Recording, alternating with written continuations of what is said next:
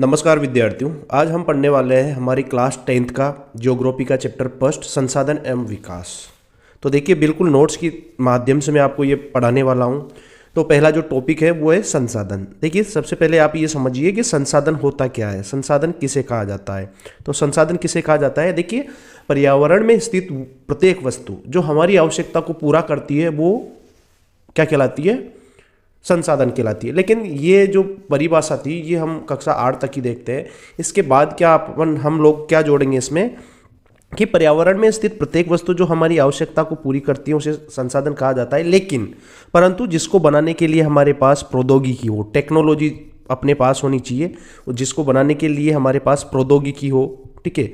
इसके अलावा आर्थिक रूप से वो संभाव्य हो, क्या हो, आर्थिक रूप से संभावी हो, संभावी होना चाहिए, आर्थिक रूप से संभावी होना चाहिए। ऐसा नहीं है कि अपने पास संसाधन है लेकिन उसको बनाने के लिए हमारे पास मतलब उस चीज़ को काम में लेने के लिए बहुत सारे पैसे हमारे खर्च हो जाए, तो ऐसा वो आर्थिक रूप से अपने को वो मिल जानी चाहिए, ठीक है। इसके अलावा सांस्कृतिक रूप से वो क्या होनी चाहिए, मान्य होनी चाहिए। इसके अलावा हमारी जो संस्कृति है उसके अकॉर्डिंग होना चाहिए, हम वो संस्कृति के अनुसार वो क्या होनी चाहिए, मान्य होना चाहिए। तो ये था हमारी डेफिनेशन, आपको याद रखनी है। बहुत सी बार एग्जाम में आ जाता है कि संसाधन किसे कहा जाता है, तो ये डेफिनेशन था। इसके अलावा संसाधनों का वर्गीकरण, आगे देखिए संसाधनों का वर्गीकरण। देखिए जो संसाधन है उनको 4 प्रकार से अपन डिवाइड करेंगे, 4 प्रकार से हम उनको वर्गीकरण करेंगे। तो उत्पत्ति के आधार पर जैव और अजैव। जैव संसाधन किसे कहा जाता है, जिनमें जीवन विद्यमान होते हैं, जिसमें जीवन विद्यमान होता है उसे जैव संसाधन कहते हैं। जैसे मानव संसाधन हो गया, इसके अलावा जो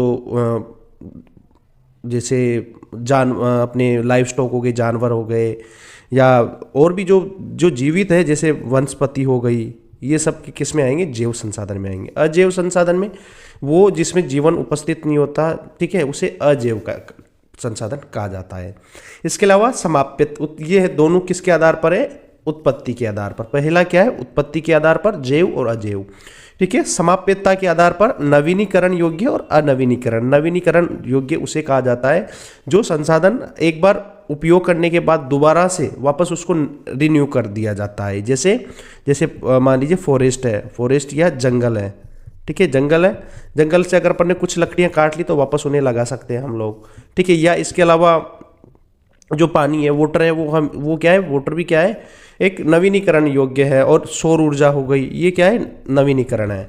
मतलब ये कंटिन्यू चलते रहते हैं, ये मतलब कभी ख़त्म नहीं होते हैं, ठीक है। अगर थोड़ा ख़त्म कुछ जैसे फॉरेस्ट अगर कम हो गया तो अपन उसको वापस लगा सकते हैं। लेकिन अनवीनीकरण योग्य क्या होता है कि अगर ये एक बार ख़त्म हो गए ना तो इनको बनने में बहुत सारे वर्ष लगते हैं, हजारों लाखों वर्ष लगते हैं। जैसे कोयला हो गया, ठीक है, कोयला हो गया, पेट्रोल हो गया, ठीक है, और भी जो ईंधन वाली जो चीज़ें हैं जैसे गैस हो गई, ये सारी चीज़ों को बनने में बहुत सारे समय लगता है। इसके अलावा देखिए स्वामित्व के आधार पर कौन कौन सा आता है। स्वामित्व के आधार पर व्यक्तिगत, सामुदायिक, राष्ट्रीय और अंतर्राष्ट्रीय। स्वामित्व मतलब किसका है, ये हक के आधार पर। तो व्यक्तिगत क्या होता है, जो जैसे मेरा पर्सनल मकान है तो वो मेरा है, किसी और का है ही नहीं, तो ये मेरी कार है तो मेरी है वो, ठीक है। सामुदायिक जो समुदाय का होता है, समुदाय मतलब जैसे पब्लिक प्लेस, जैसे सरकारी स्कूल हो गया, या कहीं कुएं पर जो सरकारी कुआं है वहाँ पर पानी भर रहे हैं तो वो सरकारी होगा, या पूरा समुदाय का होगा। या अगर जैसे अपन गांव में देखते हैं कि हेड पंप हो गया तो वो हेड पंप पूरे समुदाय के लिए है, किसी एक व्यक्ति का नहीं है। इसके अलावा राष्ट्रीय, जो राष्ट्र की बाउंड्री में जो है, जैसे भारत की बात करें तो भारत की सीमा में जो भी संसाधन है, ठीक है, भारत की सीमा में जो भी संसाधन है वो क्या है, सारे राष्ट्रीय है। भारत की सीमा में जो भी संसाधन है वो सारे राष्ट्रीय संसाधन है। अंतर्राष्ट्रीय संसाधन, अंतर्राष्ट्रीय संसाधन वो होते हैं जैसे 200 नॉटिकल माइल्स के बाद जो सारे संसाधन होते हैं वो अंतर्राष्ट्रीय संसाधन होते हैं, ठीक है। अपन 200 नॉटिकल माइल्स, ठीक है, नॉटिकल माइल्स के बाद जो समुद्र में जो भी संसाधन होते हैं वो क्या होते हैं, अंतर्राष्ट्रीय होते हैं। हालांकि हम जो अंतर्राष्ट्रीय जो संस्थाएं होती है उनके माध्यम से इनका खनन कर सकते हैं, लेकिन होते अंतर्राष्ट्रीय हैं, वो पूरे विश्व के होते हैं। 200 जैसे इंडिया के बाद 200 नॉटिकल माइल्स के बाद जो भी संसाधन है, नॉटिकल माइल जैसे अपन किलोमीटर होता है ना, जैसे अपन डिस्टेंस मापते हैं, जो अपन पृथ्वी या जो लैंड पर जो डिस्टेंस मापते हैं वो किलोमीटर में होती है, समुद्र में जो डिस्टेंस मापी जाती है वो नॉटिकल माइल्स में मापी जाती है। ठीक है। इसके अलावा अब आगे देखते हैं विकास के आधार पर। विकास के आधार पर कौन कौन से होते हैं? संभावी, विकसित, भंडार और संचित कोष। संभावी जिनकी मिलने की संभावनाएं हमें, जैसे अगर हम बात करें ऐसे संसाधन जिनकी हमें मिलने की संभावना है, जैसे राजस्थान में और गुजरात में किसकी है? सौर ऊर्जा और इसके अलावा पवन ऊर्जा जैसे गुजरात में पवन ऊर्जा की बहुत ज़्यादा संभावना है, तो ये संभावी है। विकसित संसाधन वो संसाधन कहलाते हैं जिनकी हमने मतलब उनका पता भी कर लिया है और अभी अपन उनको किस में लेते हैं? यूज में ले रहे हैं।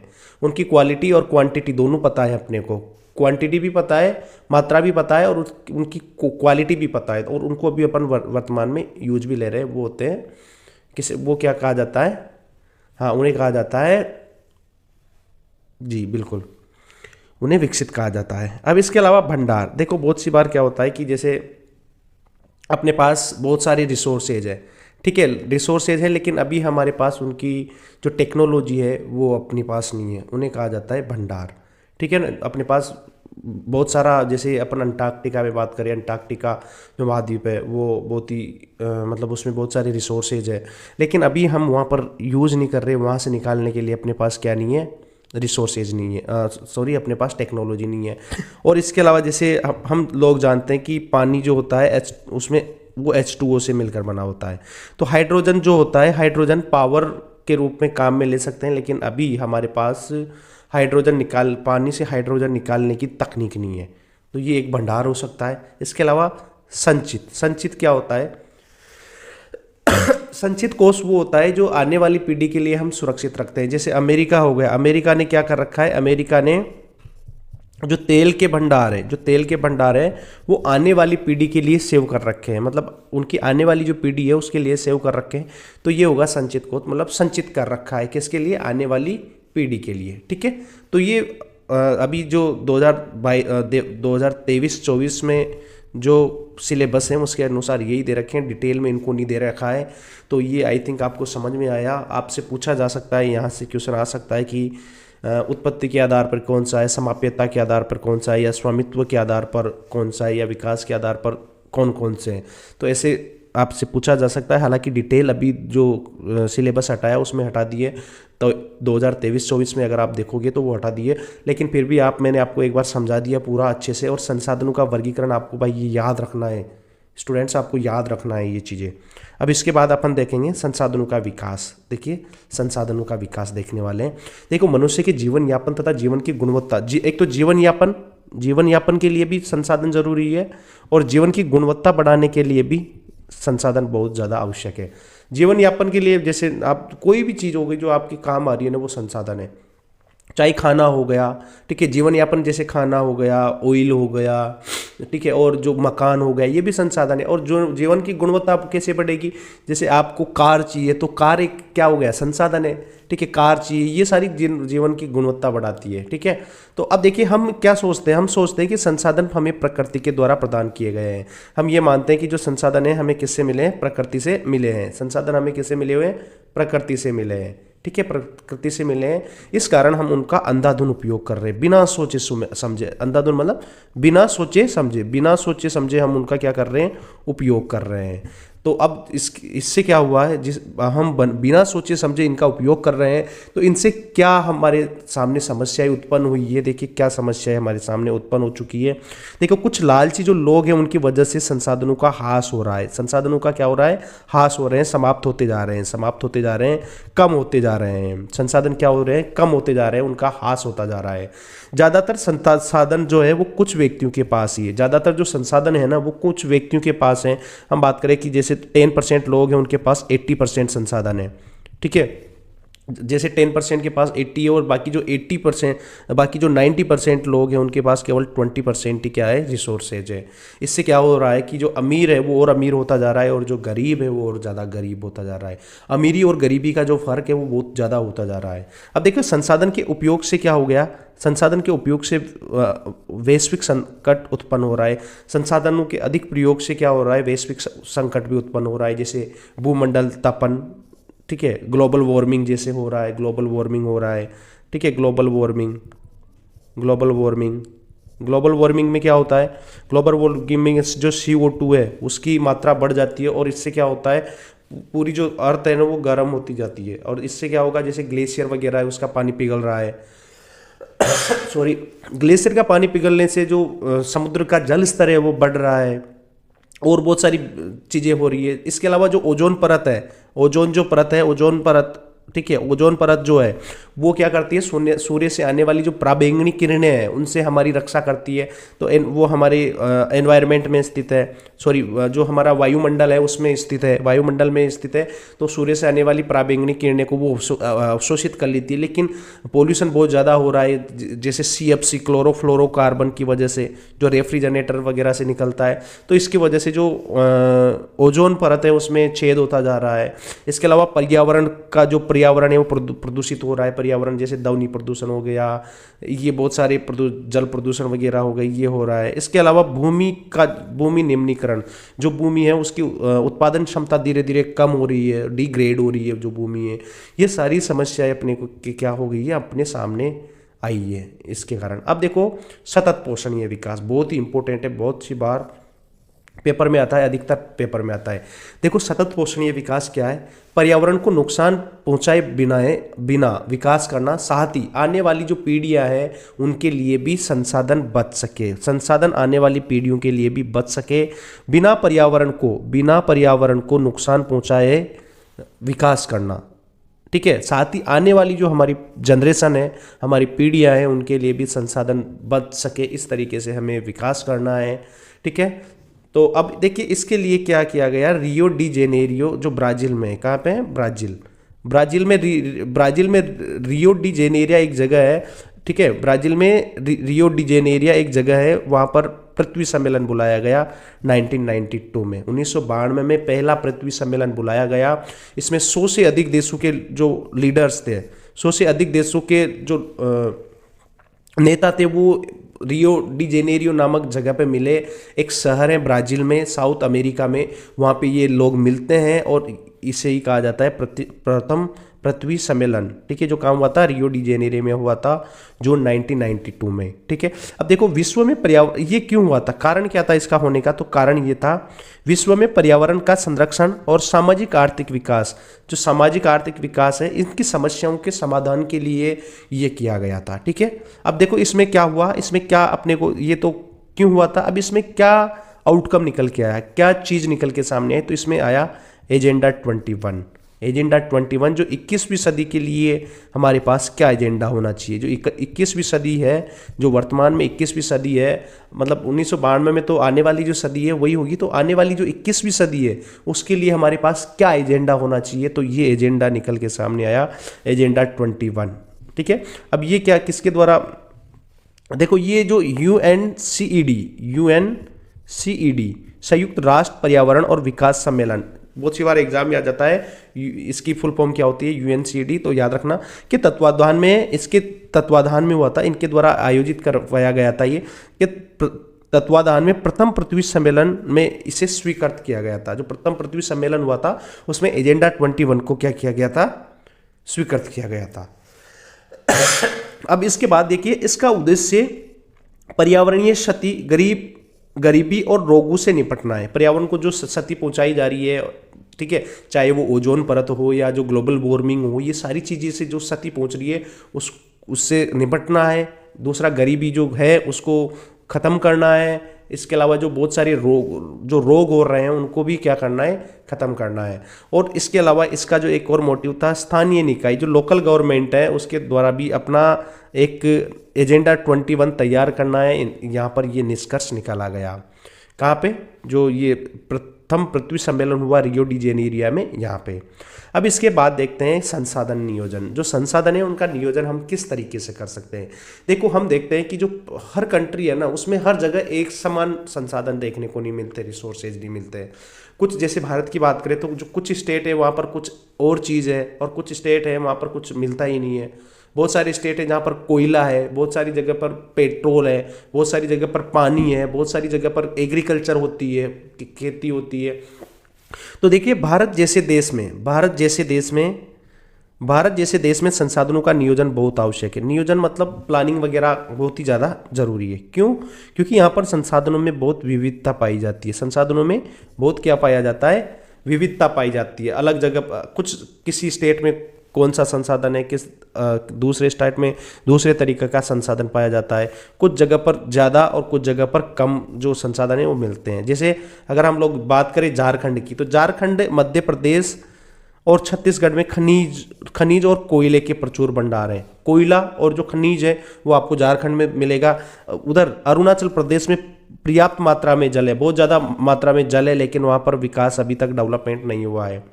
राजस्थान में सौर ऊर्जा और पवन ऊर्जा है। राजस्थान में सौर ऊर्जा और पवन ऊर्जा की संभावनाएं हैं, लेकिन वहाँ यहाँ पर किसकी कमी है? जल की कमी है।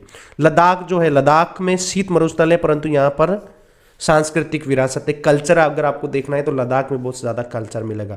तो इतनी ज़्यादा डिफरेंसेज पाए जाते हैं, इतनी ज़्यादा विविधता पाई जाती है। तो इसलिए भारत जैसे देश में हमें संसाधनों का नियोजन करना है, ताकि जिस जगह पर कम है तो वहाँ पर इक्वल करना, बराबर करना है।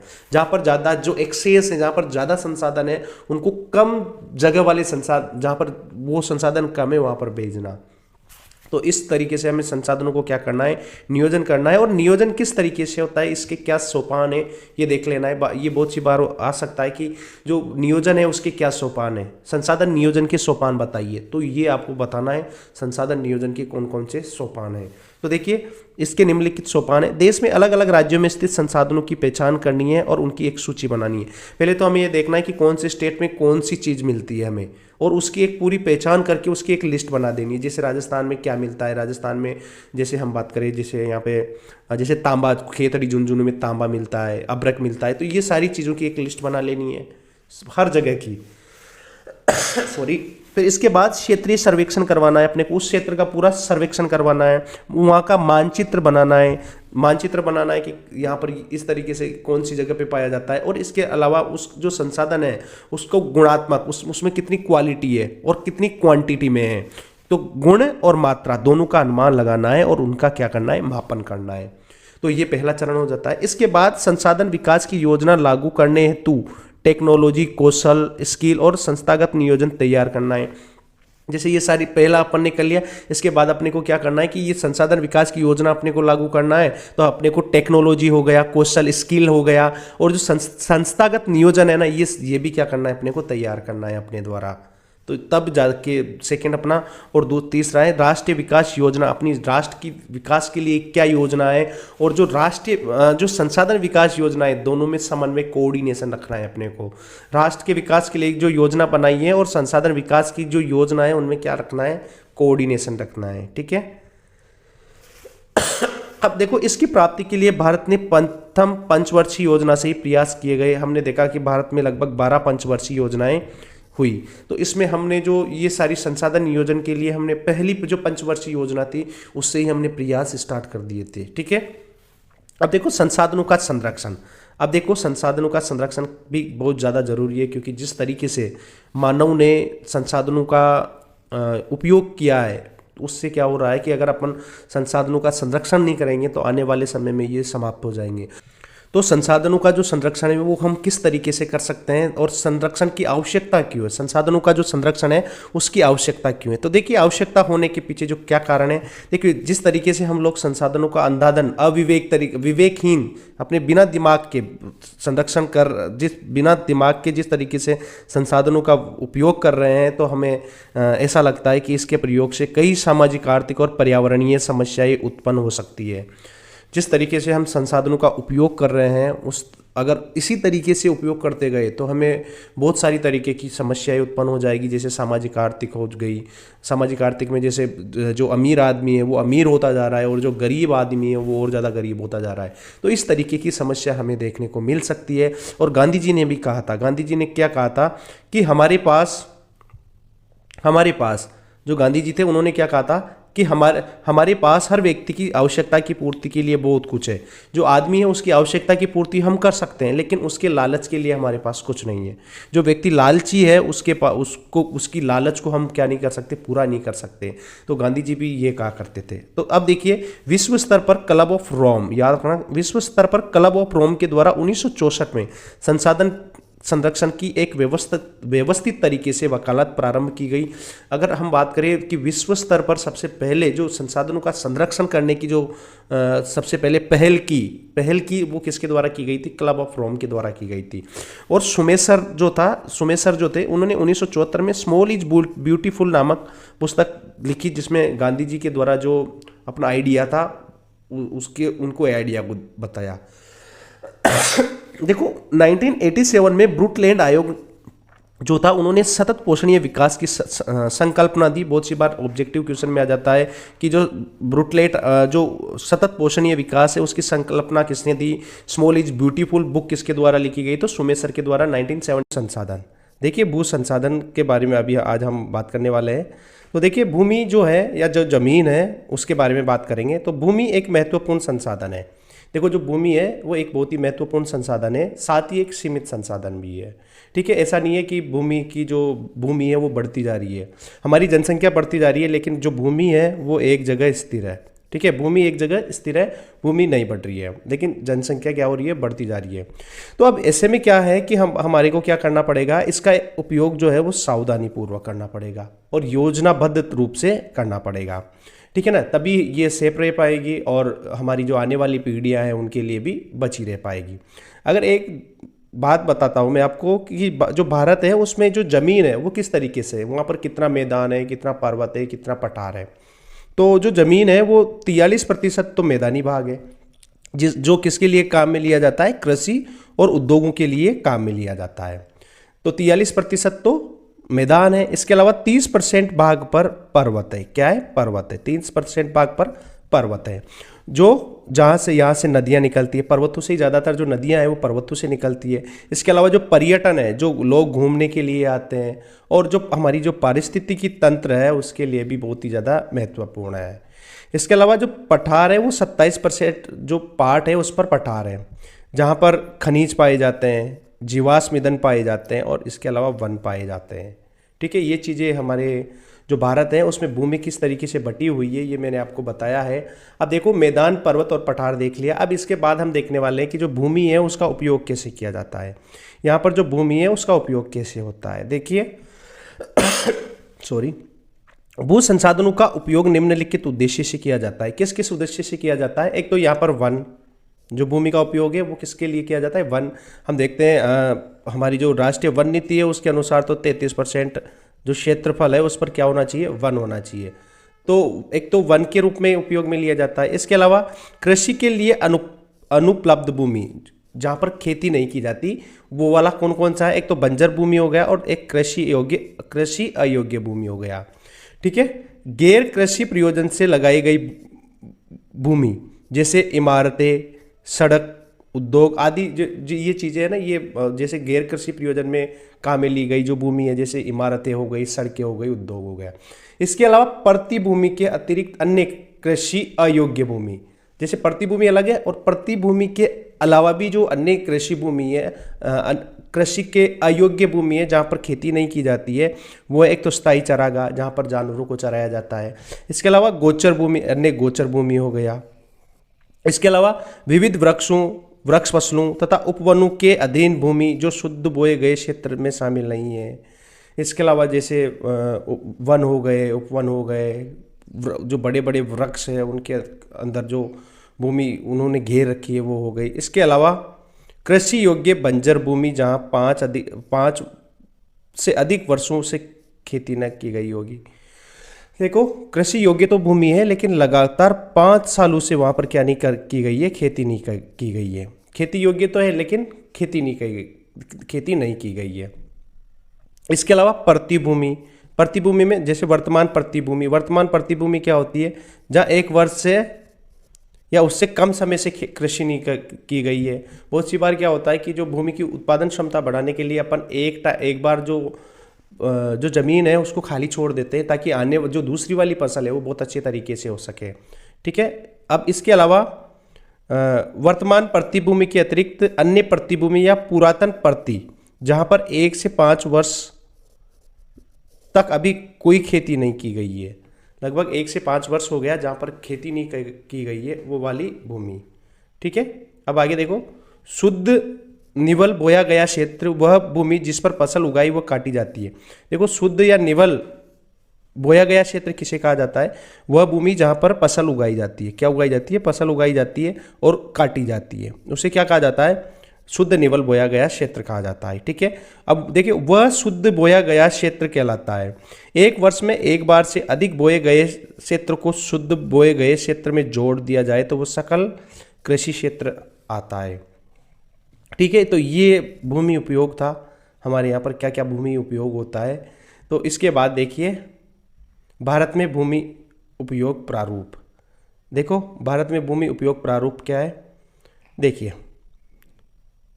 भारत में भूमि उपयोग प्रारूप, भू उपयोग को निर्धारित करने वाले तत्व। देखो कौन कौन सी चीज़, कौन सी जो भूमि है वो किस तरीके से उपयोग में आएगी, इसको प्रभावित करने वाले जो कारक है, इसको निर्धारित करने वाले जो तत्व है वो कौन कौन से हैं?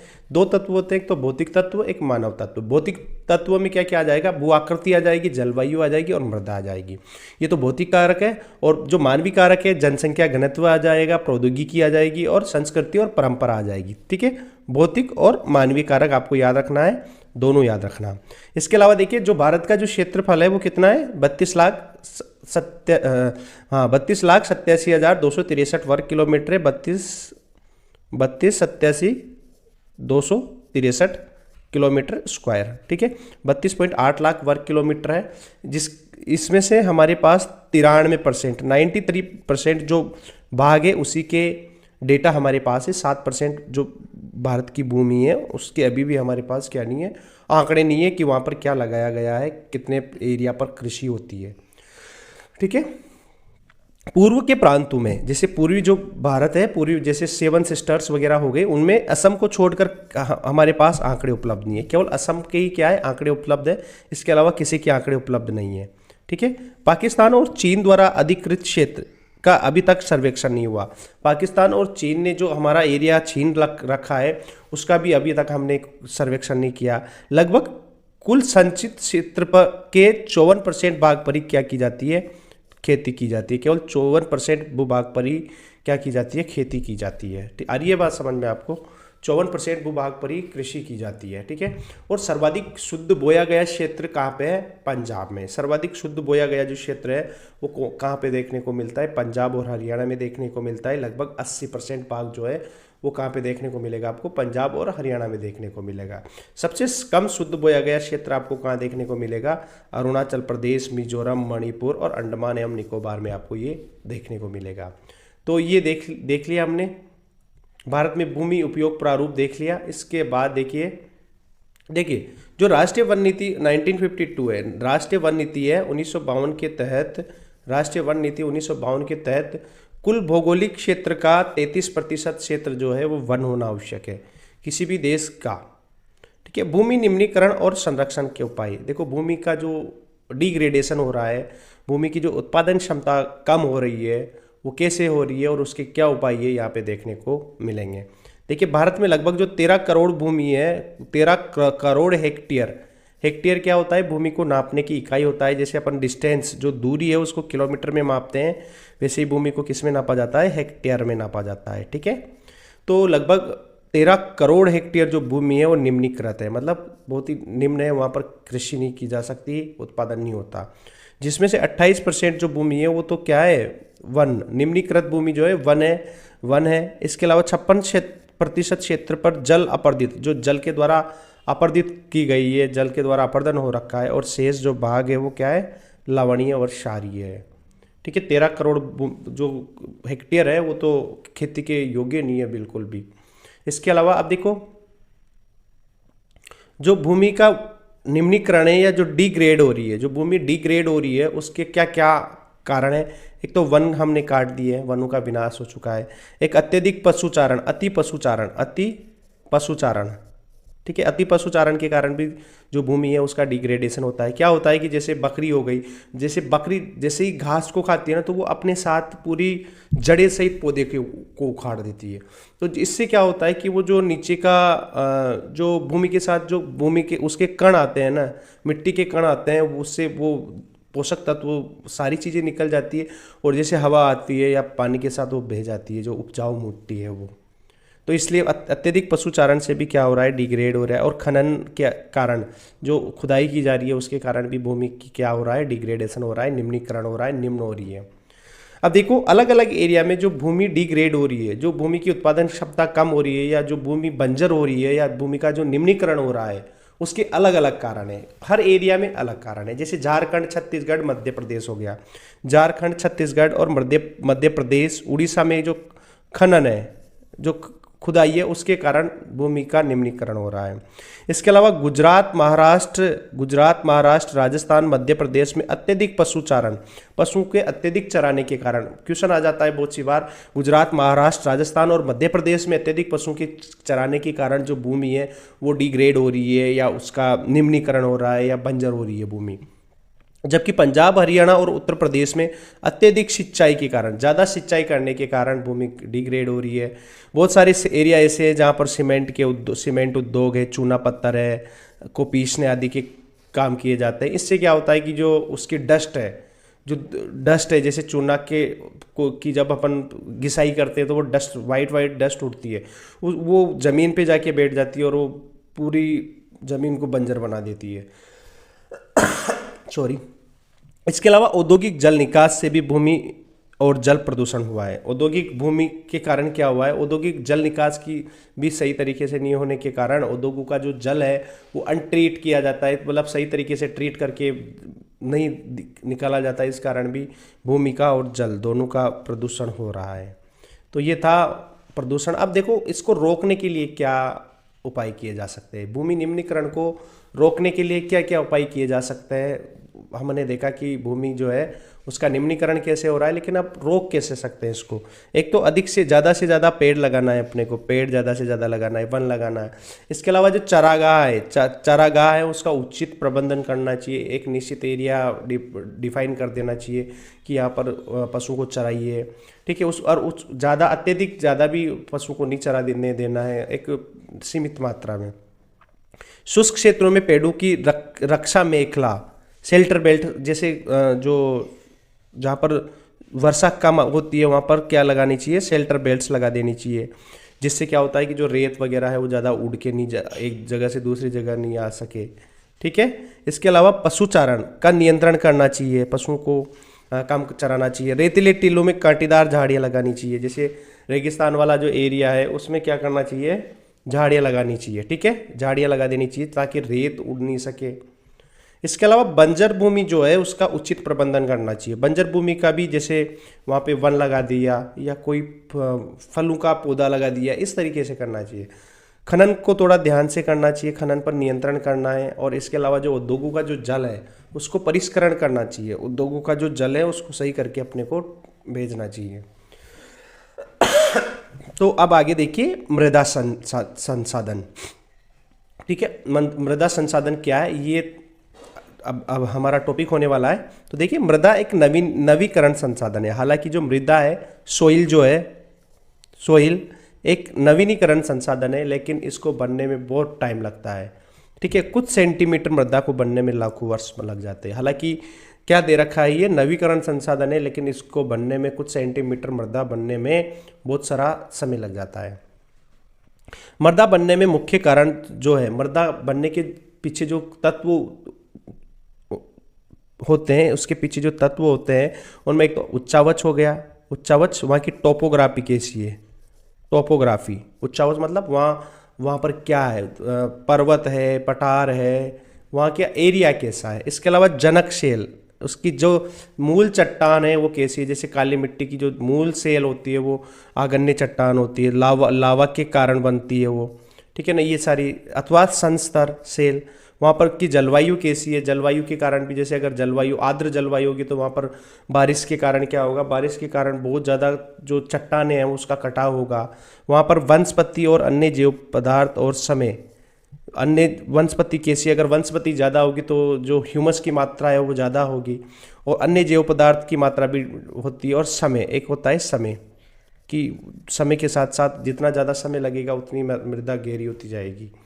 तो ये थे, बहुत सी बार क्वेश्चन आ जाता है मृदा बनने में मुख्य उच्चावच कौन कौन से होते हैं, तो ये याद रखना। मृदा जैव और अजैव दोनों प्रकार की होती है भाई, जैव भी होती है और अजैव भी होती है मृदा, ठीक है ना। अब आगे देखिए मृदा के प्रकार कौन कौन से प्रकार की होती है। सबसे पहले तो जलोढ़ या कच्छारी, कच्छारी भी इसे कहा जाता है, कच्छारी, जलोढ़ या कच्छारी मृदा। देखिए जलोढ़ कौन सी मृदा होती है और कच्छारी कौन सी मृदा होती है। देखो ये मृदा हिमालय से निकलने वाली गंगा, ब्रह्मपुत्र और सिंधु नदियों के निक्षेपों से बनी है। ये जो मृदा है किससे बनी है? गंगा, ब्रह्मपुत्र और सिंधु नदी के निक्षेपों से बनी है। ठीक है, आ रही है बात समझ में? किसके निक्षेपों से बनी है? मृदा गंगा, ब्रह्मपुत्र तथा सिंधु नदी के निक्षेपों से बनी है। ये मिट्टी संपूर्ण उत्तर भारत में फैली हुई है। देखो मेनली जो तीन, जैसे हम बात करें, ये भारत है, जैसे मान लीजिए ये भारत है, ठीक है। तो ये वाला जो नॉर्थ इंडिया वाला जो पार्ट है ये पूरा, ये मेनली जो सिंधु, गंगा और ब्रह्मपुत्र नदी है उससे उनके द्वारा जो मिट्टी बहा कर लाई गई है, उनके द्वारा पर्वतों से निकलकर जो कटाव किए गए हैं, पर्वतों से जो चट्टानों को काट काट के छोटे छोटे किए गए हैं और उसके द्वारा जो निक्षेप लाए गए हैं, जो अवशेष लेके आए है, उनके कारण इस मृदा का निर्माण हुआ है। और ये संपूर्ण उत्तरी भारत जो है वहाँ पर पाया जाता है। एक तो पूरे जैसे यूपी हो गया, बंगाल हो, यूपी उत्तर प्रदेश हो गया, इसके अलावा पंजाब, हरियाणा, दिल्ली, राजस्थान का कुछ पार्ट हो गया, ठीक है। इसके अलावा बिहार हो गया, वेस्ट बंगाल हो गया, आसाम वाला एरिया हो गया। ये सारे किससे बने हैं? इनके द्वारा बनाया गया है। ये भारत में जो ये वाला एरिया है इसकी इन नदियों के कारण हुआ है, ठीक है। उत्तरी भारत में है। और इसके अलावा जो पूर्वी तटीय मैदान है, इसके अलावा महानदी हो गई, गोदावरी हो गई, कृष्णा हो गई, कावेरी हो गई, आदि नदियों के डेल्टा भी किससे बने हैं? जलोढ़ मिट्टी से बने हैं। इनके जो डेल्टा है वो भी जलोढ़ मिट्टी से बने हैं। देखो अब ये जो मिट्टी है, जो कच्छारी मिट्टी है या जो दोमट मिट्टी, इसे दोमट भी कहा जाता है। क्या कहा जाता है?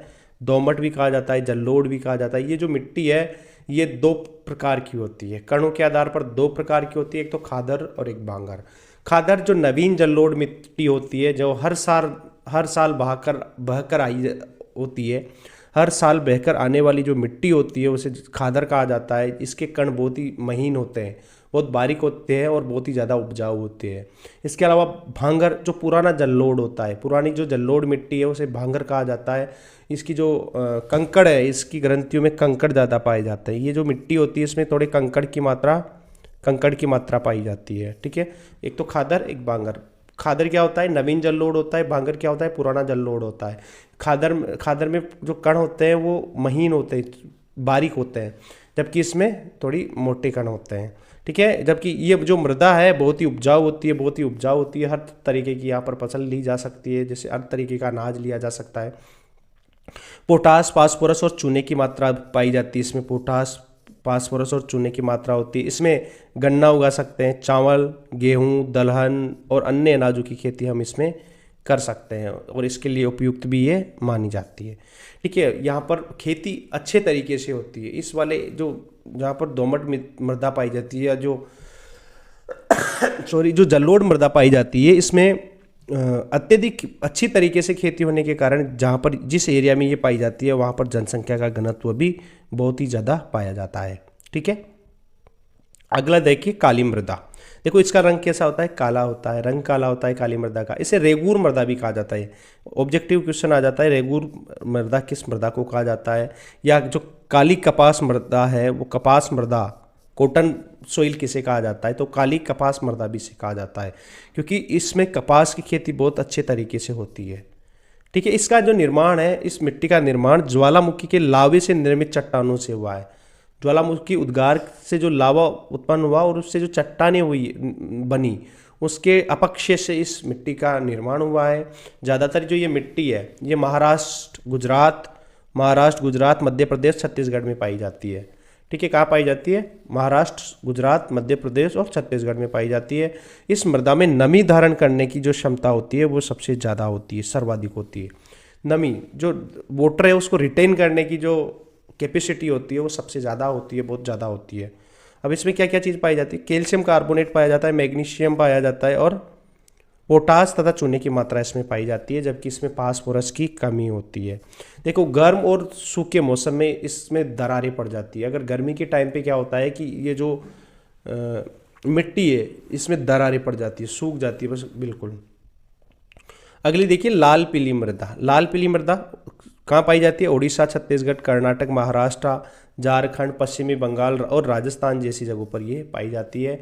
इस मृदा का जो लाल रंग है वो लोहे के कारण होता है, याद रखना, आयरन के कारण, लोहे के कारण, फेरस के कारण होता है। एग्जाम में आ चुका है पहले भी कि जो लाल मृदा है उसमें इसका लाल रंग किस कारण होता है? तो लोहे के कारण होता है। और इसका पीला रंग जो है वो जल योजन के कारण होता है, जल योजन। ठीक है, जल योजन के कारण इसका जो पीला रंग है वो होता है। आगे बात समझ में, लाल पीली मृदा आ गई समझ में आपको। इसके बाद लेटेराइट मृदा देखते हैं। देखो लेटेराइट जो शब्द है वो ग्रीक भाषा के लेटर से बना है। ठीक है, जिसका अर्थ होता है ईंट। ठीक है, मतलब ये जो मृदा है ये ईंट के कलर की होती है। जो अपनी ईंट आती है ना, ब्रिक्स आती है, उसके जैसी होती है। इसका रंग ईंट के समान होता है। कैसा होता है? ईंट के समान होता है।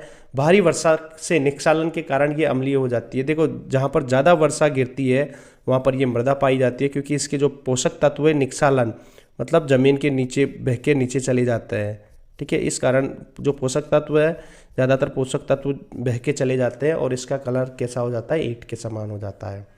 पोषक तत्वों की इसमें कमी हो जाती है, क्योंकि निस्खलन के कारण जो पोषक तत्व है वो तो खत्म हो जाते हैं। कहाँ कहाँ पे पाई जाती है? महाराष्ट्र हो गया, उड़ीसा हो गया, पश्चिमी बंगाल हो गया, कर्नाटक हो गया, आंध्र प्रदेश हो गया, केरल हो गया, आदि एरिया में ये पाई जाती है। कर्नाटक, तमिलनाडु और केरल में इस मृदा में चाय कॉफी के बागान लगाए गए हैं। किसके बागान लगाए गए? चाय कॉफी के बागान लगाए गए हैं। और यहाँ पर काजू की फसल भी की जाती है। इस वाले एरिया में, कर्नाटक, तमिलनाडु, केरल में, यहाँ पर काजू की जो फसल है वो भी ली जाती है, काजू भी उगाए जाते हैं। आगे बात समझ में, लेटेराइट मृदा याद रखना, लेटेराइट कौन सी मृदा है। ठीक है ना। इसके बाद मरुस्थली मृदा। इसका जो रंग है लाल भूरा होता है। मरुस्थली मृदा का जो रंग है वो लाल भूरा होता है। यह रेतीली और लवणीय होती है। एक तो रेत की मात्रा पाई जाती है और एक खारापन इसमें होता है, लवणीय मृदा होती है। शुष्क जलवायु और ज़्यादा तापमान के कारण यहाँ पर जो जल वाष्प है वो बहुत ही ज़्यादा होता है। देखो, एक तो टेम्परेचर बहुत ज़्यादा रहता है, इसके कारण यहाँ पर जो जल वाष्प होता है, जल ऊपर उड़ जाता है। ठीक है ना, वो बहुत ही ज़्यादा होता है यहाँ पे। इस कारण यहाँ पर जो पेड़ पौधे पाए जाते हैं उनकी जो पत्तियाँ हैं ना वो भी कांटे के रूप में कन्वर्ट हो जाती है, जैसे नागफनी हो गया, ये वाली सारी चीज़ें। इस मृदा में नीचे की ओर चूने की एक परत पाई जाती है। जो मृदा होती है इसमें नीचे चूने की परत पाई जाती है, चूने की परत। ठीक है, इससे अंतः स्पंदन इनफिल्ट्रेशन की प्रक्रिया अवरुद्ध हो जाती है। इनफिल्ट्रेशन की प्रक्रिया मतलब जो पानी है वो नीचे जाता है, लेकिन चूना होने के कारण ये क्या होता है? नीचे नहीं जा पाता पानी। और इसके सारे चूने के सारे ये क्या करता रहता है?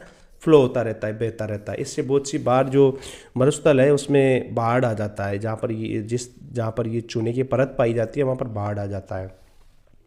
यह मृदा पश्चिमी राजस्थान में अधिक पाई जाती है, जहाँ इसे सिंचाई से कृषि योग्य बनाया जा सकता है। देखो, ये मृदा जो है वो कहाँ पाई जाती है?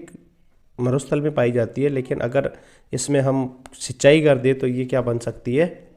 बिल्कुल, यह मृदा पर्वतीय व पहाड़ी क्षेत्रों में पाई जाती है। वन मृदा, अगली मृदा है अपनी वन मृदा। कहाँ पाई जाती है? जहाँ पर पहाड़ी एरिया होगा और जहाँ पर पर्वत होंगे वहाँ पर ये वन मृदा पाई जाती है। एक तो हिमालय के हिम आच्छादित क्षेत्र में इसका अपर्दन अधिक होता है। देखो, जो हिमालय में जहाँ पर बर्फबारी होती है, बर्फ गिरता है या जहाँ पर बर्फ होता है वहाँ पर जो ये मृदा है इसका अपर्दन बहुत ही ज़्यादा होता है। ठीक है, नदी घाटी के निचले क्षेत्र में हालांकि ये जो मृदा है ये उपजाऊ होती है। नदी घाटी जो होती है उस वाले एरिया में ये तो उपजाऊ होती है। ठीक है, इसके अलावा मृदा अपर्दन और उसके संरक्षण। मृदा का जो अपर्दन है वो कैसे होता है और इसको कैसे हम रोक सकते हैं? मृदा के कटाव और उसके बहाव की प्रक्रिया मृदा अपर्दन कहलाती है। मृदा के कटाव और बहाव की प्रक्रिया क्या कहलाती है? मृदा अपर्दन कहलाती है। ठीक है, याद रखना, मृदा अपर्दन क्या होता है?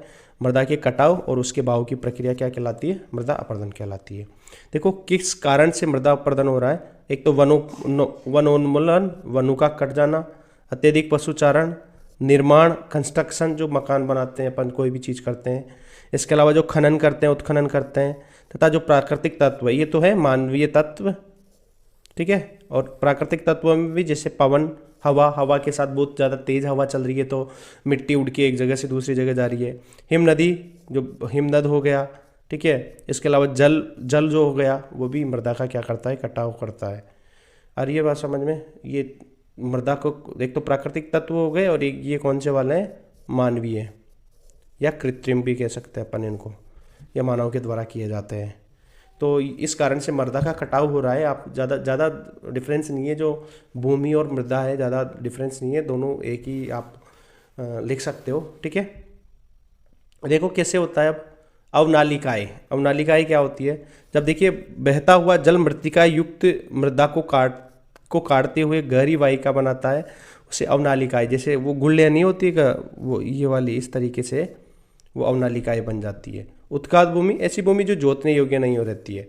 उत्खात भूमि होती है जिस पर हम खेती नहीं कर सकते। सर्वाधिक जो चंबल वाला जो एरिया है, चंबल में जो बीहड़ जो खड्ड है, जिसे रिवराइन कहा जाता है, सर्वाधिक रिवराइन कहाँ पाए जाते हैं, चंबल बेसिन में पाए जाते हैं। क्वेश्चन आ सकता है कहाँ पे पाए जाते हैं, चंबल में पाए जाते हैं, चंबल नदी के किनारे।